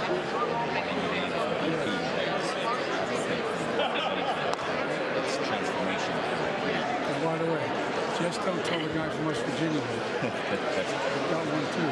I understand. There's 10. There's 10. It's a pleasure to always you too, sir. Thank you. Wonderful. Good to see you. Ready to go. By the way, every time I see this guy, I wonder who his haberdasher is. I want to know where he gets his suits.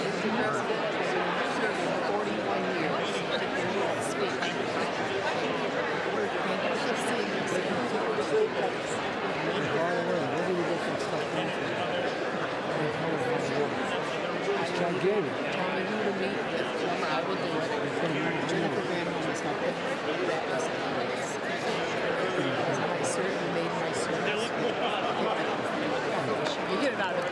How are you?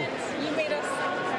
Well, thank you. We're getting our picture taken. Oh, here we go. We got a first-rate photographer. This is my housemate, Brittany Patterson. Oh, is that right? Freshman, yes. We live together. All right. Yeah. Thank you for what you talked about around the opioid epidemic, and you made us all so proud. You did a fantastic job. Well, you're trying to say that. I was worried it was just too long, but thank you. Thank you for talking about cancer. Working with your good chunk of cancer survivors here. We really can do so much of a focus. You were terrific, forceful, and just substantive. Thank you, Mr. President, for signing the matter. And when you go from 130,000 prescribers of buprenorphine to 1.8 million, that's hope for the addicted. It really is. It was masterful. It's a legacy beyond belief. That's because of you. Mr. President, I just have to tell you, you got a bunch of proud Republicans want to shake your hand. I want to make sure Long Island, sir. Good to see you. Where in Long Island? East End, Suffolk County, sir.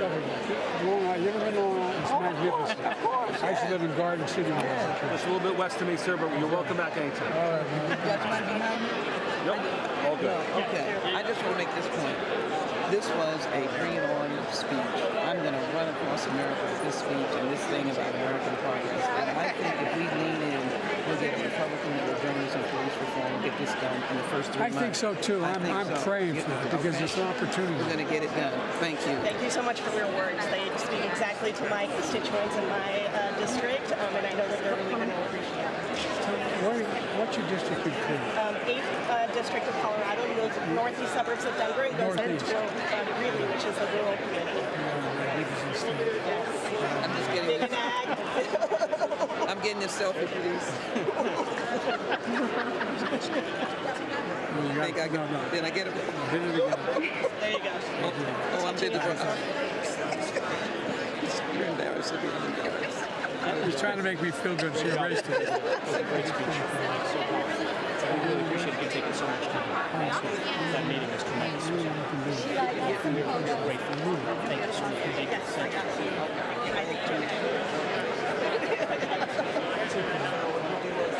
You got it. Thank you for raising the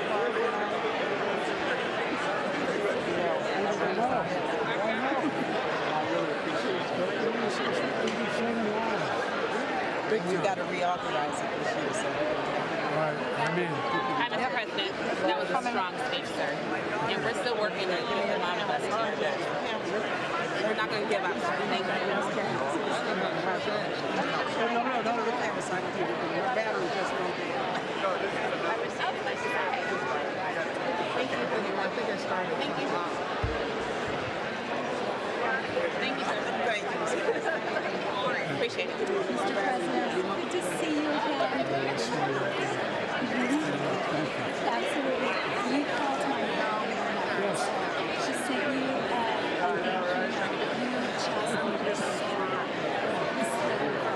so thank you. Oh, you're good. Flip it around. See What it is. I know. Can I get a selfie?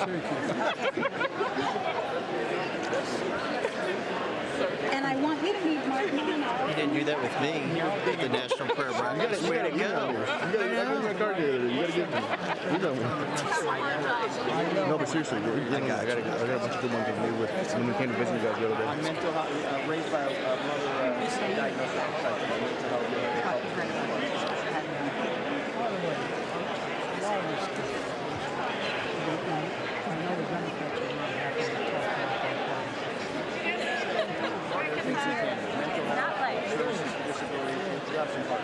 Thank you, Mr. President. Thank you. You're doing a great job.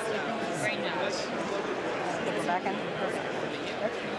The freshmen are waiting on you, Mr. President. Oh, yeah. We're so excited. You got inspired up.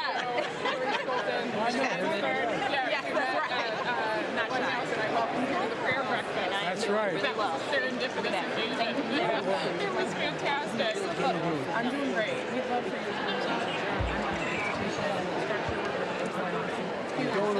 you to That's right. We need you in West Michigan, Grand Rapids. We need you to come. Could you check my phone the other day? I've been there a number of times. I'll come back.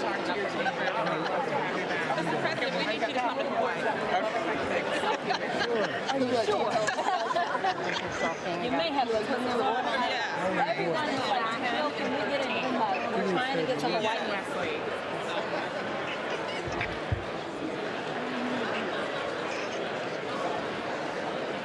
Oh, okay.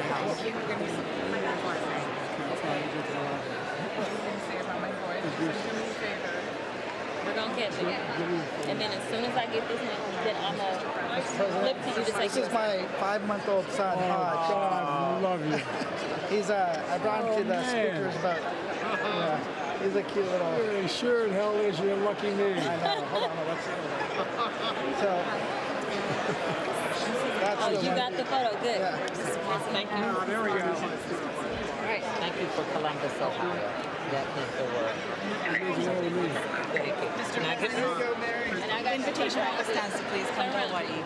Can I take a? No, that's great. We need to share some. Great Call to year. see if you'll come visit her in Great Hawaii. years. Every time I sat down with Barack, every morning I met with him. And he started off every conversation. You know what the temperature is in Hawaii right now? 79. He'd say 79. Hey guys, how you doing? Take care of mom and be patient with dad, okay? Mr. President, thank you again. Jimmy. Thank you, sir. I'm holding up the staff. I'm going to get in real trouble. Get out of here. Yep, of course. And I might be the person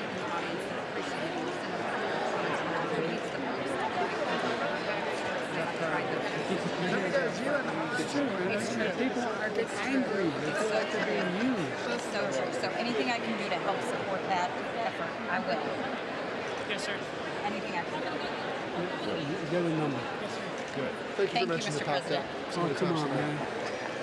It's my son. I know he's talking about it. Who died because of it. Thank you. Good to see you, man. Jimmy Panetta, good to see you. Jimmy. Yeah. And tell Dad to take it easy on you, will you? Well, he got your message, by the way. Oh, did he? Good. No, and I'll let him know to take it easy on you. Mr. President, we're ready to help you finish the job. We're ready to try to finish it. Good to see you, pal. Thank you so much. You're great tonight. Thank you. Nice to see you. I stayed out of respect. You know, it's the anniversary stuff. It's Bo's birthday 2 days ago. I know, that's how we always, they're up there watching. Yep. I believe it. Hey, man. Hey, Mr. President, Morgan McGarty, Democrat from Kentucky. Kentucky, how's that, boy? Good to see you. Good to see you. My gut one. My 4-year-old asked me to ask you this, if she can come to Easter. Sure she can come in. Okay, there we go. With or without you. We'll take care of it. I'll tell her that she's got the invite. Grace. I do it, pal. Thanks. We got a lot of work to do. But we can do this. By the way, 85% of the time is already been passed. We just got to get it done now. And let people know. They don't know. That's right. That's right. I talk all the time. And they really do. Yep. Let's spin it right. You got it. Nice to be By the way, you're speaking to the choir. Sure. Good to see you. Good to see you, Thanks for your man. time tonight.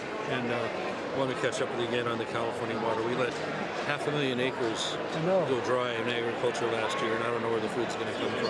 I don't either. I've been out there so times. Yeah, appreciate that. So, we need Bureau of So the Reclamation. two houses now resolved. All right. Okay, thanks. The House will come to order. For what purpose does the gentleman from Louisiana seek recognition? Mr. Speaker, I move that the message of the President be referred to the Committee of the Whole House on the State of the Union. And it took President Biden 20 minutes to get from the podium out the door of the House as he greeted members and got lobbied on legislation and et cetera. Well, in about 5 minutes, the response from the Republicans, Governor Sarah Huckabee Sanders, will be delivered from Little Rock. That begins in about 5 minutes. Now, the president has a full schedule this week. He will be traveling and talking about some of the issues in depth that he mentioned tonight. He's got an economic speech in Madison, Wisconsin tomorrow. He'll be talking about Medicare in Tampa, and then back on to Washington on Friday for the National Governors Association and a meeting with the re-elected president of Brazil, Lula da Silva.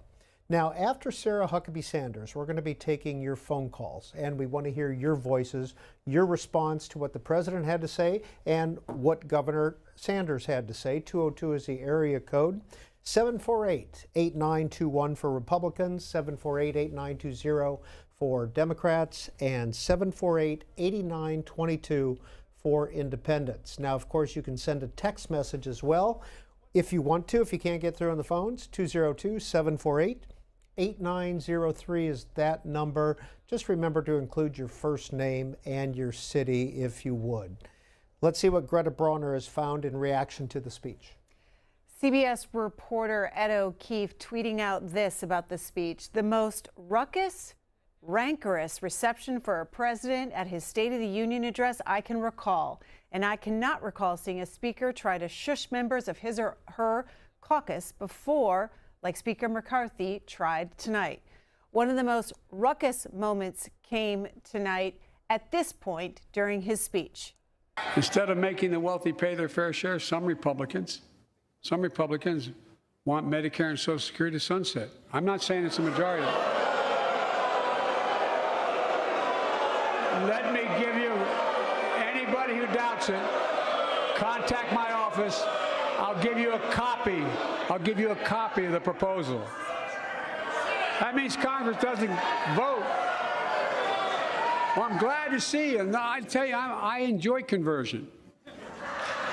You know, it means if Congress doesn't keep the programs the way they are, they'd go away. Other Republicans say, I'm not saying it's a majority of you. I don't even think it's even a significant, but it's being proposed by individuals.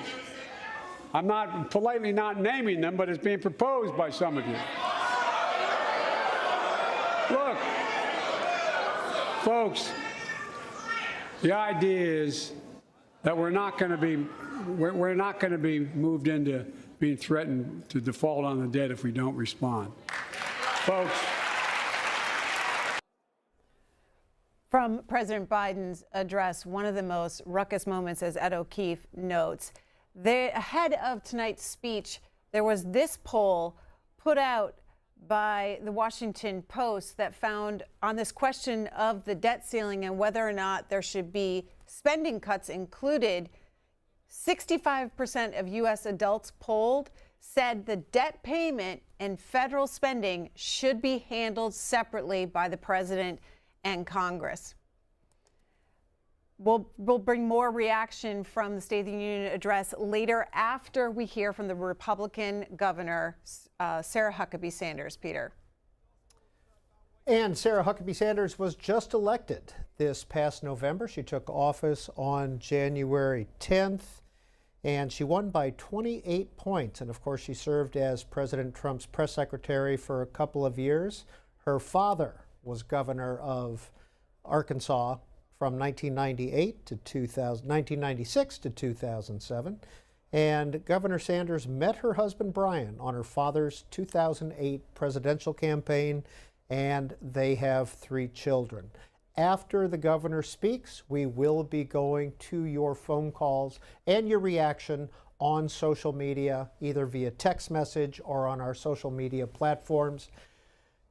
Just remember, you can also listen to everything that you're hearing tonight on C-SPAN on our C-SPAN Now app. It's free and it's available at all locations where you download your apps.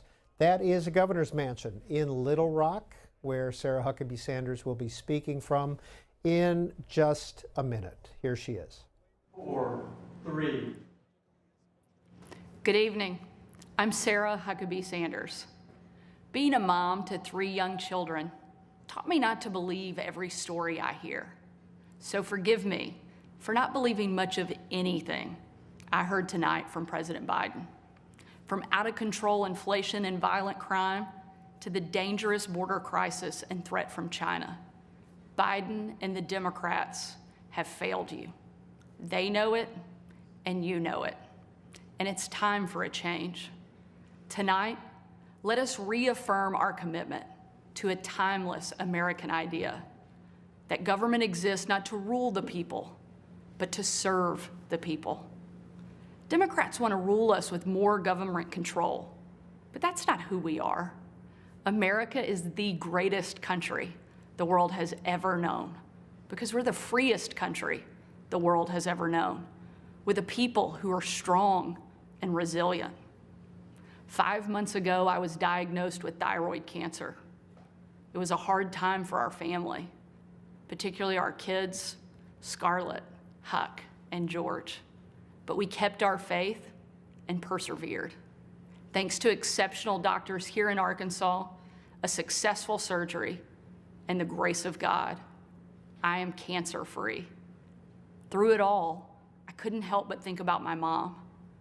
She was 20 years old and in her first year of marriage when she was diagnosed with spinal cancer. The doctors told her she might not live, and if she did live, they said she'd never walk again. And if she did walk, she'd definitely never have children. The daughter she was told she'd never have was just sworn in as the new governor of Arkansas and is speaking to you tonight. Adversity and fear of the unknown can paralyze us, but faith propels us to charge boldly ahead. We can't stand still in the face of great challenges. You and I were put on this earth for such a time as this, to charge boldly ahead. I'll be the first to admit, President Biden and I don't have a lot in common.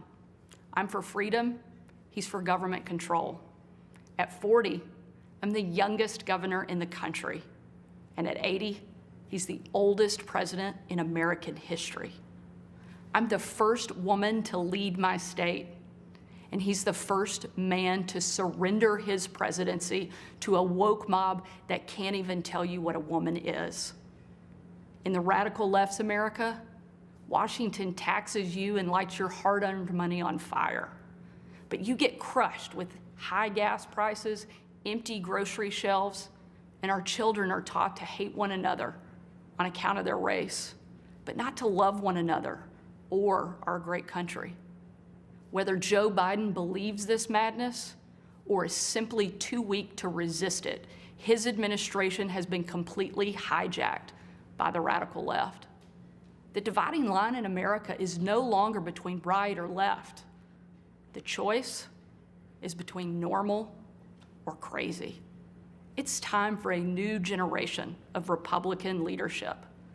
Upon taking office just a few weeks ago, I signed executive orders to ban CRT, racism, and indoctrination in our schools, eliminate the use of derogatory term Latinx in our government, repealed COVID orders, and said never again to authoritarian mandates and shutdowns. Americans want common sense from their leaders, but in Washington, the Biden administration is doubling down on crazy.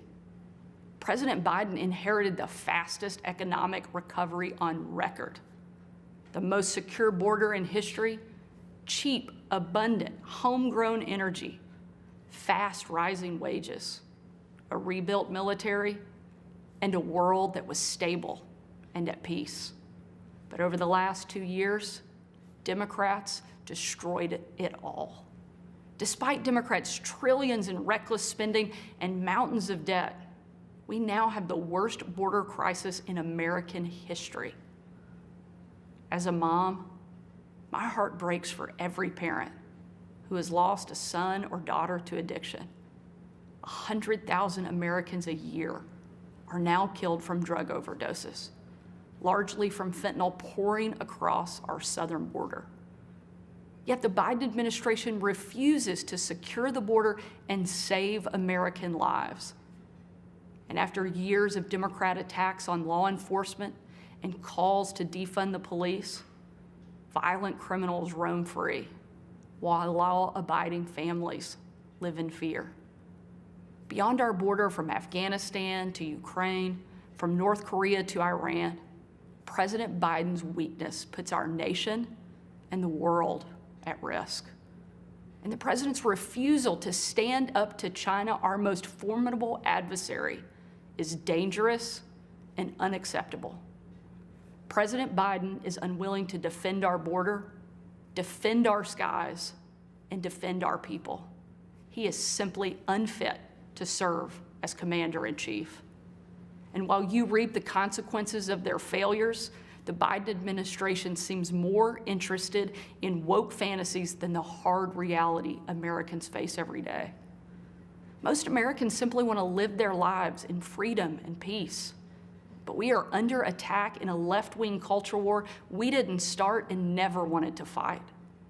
Every day we are told we must partake in their rituals, salute their flags, and worship their false idols, all while big government colludes with big tech to strip away the most American thing there is, your freedom of speech. That's not normal. It's crazy, and it's wrong. Make no mistake, Republicans will not surrender this fight. We will lead with courage and do what's right, not what's politically correct or convenient. Republicans believe in an America where strong families thrive in safe communities, where jobs are abundant and paychecks are rising, where the freedom our veterans shed their blood to defend is the birthright of every man, woman, and child. These are the principles Republican governors are fighting for, and in Washington, under the leadership of Senate Republicans and Speaker Kevin McCarthy, we will hold the Biden administration accountable. Down the street from where I sit is my alma mater, Little Rock Central High. As a student there, I will never forget watching my dad, Governor Mike Huckabee, and President Bill Clinton hold the doors open to the Little Rock Nine. Doors that 40 years earlier had been closed to them because they were Black. Today, those children once barred from the schoolhouse are now heroes memorialized in bronze at our State House. I'm proud of the progress our country has made, and I believe giving every child access to a quality education, regardless of their race or income, is the civil rights issue of our day. Tomorrow, I will unveil an education package that will be the most far-reaching, bold, conservative education reform in the country. My plan empowers parents with real choices, improves literacy and career readiness, and helps put a good teacher in every classroom by increasing their starting salary from one of the lowest to one of the highest in the nation. Here in Arkansas and across America, Republicans are working to end the policy of trapping kids in failing schools and sentencing them to a lifetime of poverty. We will educate, not indoctrinate our kids, and put students on a path to success. It's time for a new generation to lead. This is our moment. This is our opportunity. A new generation born in the waning decades of the last century, shaped by economic booms and stock market busts, forged by the triumph of the Cold War and the tragedy of 9/11. A generation brimming with passion and new ideas to solve age-old problems. a generation moored to our deepest values and oldest traditions, yet unafraid to challenge the present order and find a better way forward. If we seize this moment together, America can once again be the land of the free and the home of the brave. During my 2.5 years at the White House, I traveled on every foreign trip with the president. A trip I will never forget was on December 25th of 2018. My husband Brian and I had just cleaned up wrapping paper that was shoved into every corner of our house, thanks to our 3 kids. When I had to walk out on my own family's Christmas, unable to tell them where I was going that night, because the place I'd be traveling was so dangerous, they didn't want anybody to know that the president was going to be on the ground, even for a few hours. We boarded Air Force One in complete and total darkness. There were no lights on the plane, no lights on the runway. Our phones and computers shut down and turned in. We were going completely off the grid. Nearly 12 hours later, in the pitch black of night, we landed in the war-torn part of Western Iraq. It was again a similar scene. No lights on the plane, no lights on the runway. The only thing you could see was coming from about a mile away in a dining hall where hundreds of troops who were in the fight against ISIS had gathered expecting to celebrate Christmas with senior military leadership from around the region. They had absolutely no idea that the president and first lady were about to walk into that room. And when they did, it was a sight and a scene and a sound I hope I never forget. The room erupted. Men and women from every race, religion, and region, every political party, every demographic you can imagine, started chanting in perfect unison over and over and over again, USA, USA, USA. It was an absolutely perfect picture of what makes our country great. One of the young soldiers yelled from the back, "Mr. President, I re-enlisted in the military because of you." And the president said, "And son, I'm here because of you." Shortly after, that young soldier came up to me. He said, "Sarah, you have a tough job." I told him, "What I do is nothing. You take bombs and bullets. That's a tough job." And in a moment that I know I'll cherish for the rest of my life, that soldier reached up and he pulled the Brave Rifles patch he wore on his shoulder, and he placed it into my hand, a sign of ultimate respect. And he said, "Sarah, we are in this together." Overwhelmed with emotion and speechless, I just hugged him with tears in my eyes and a grateful heart for our heroes who keep us free. That young man and everyone who has served before him, all of those who serve alongside him, and the thousands we know who will be called upon to serve after him, deserve to know they have a country and a community back home doing our part in the fight for freedom. America is great because we are free. But today, our freedom is under attack, and the America we love is in danger. President Biden and the Democrats have failed you, and it's time for a change.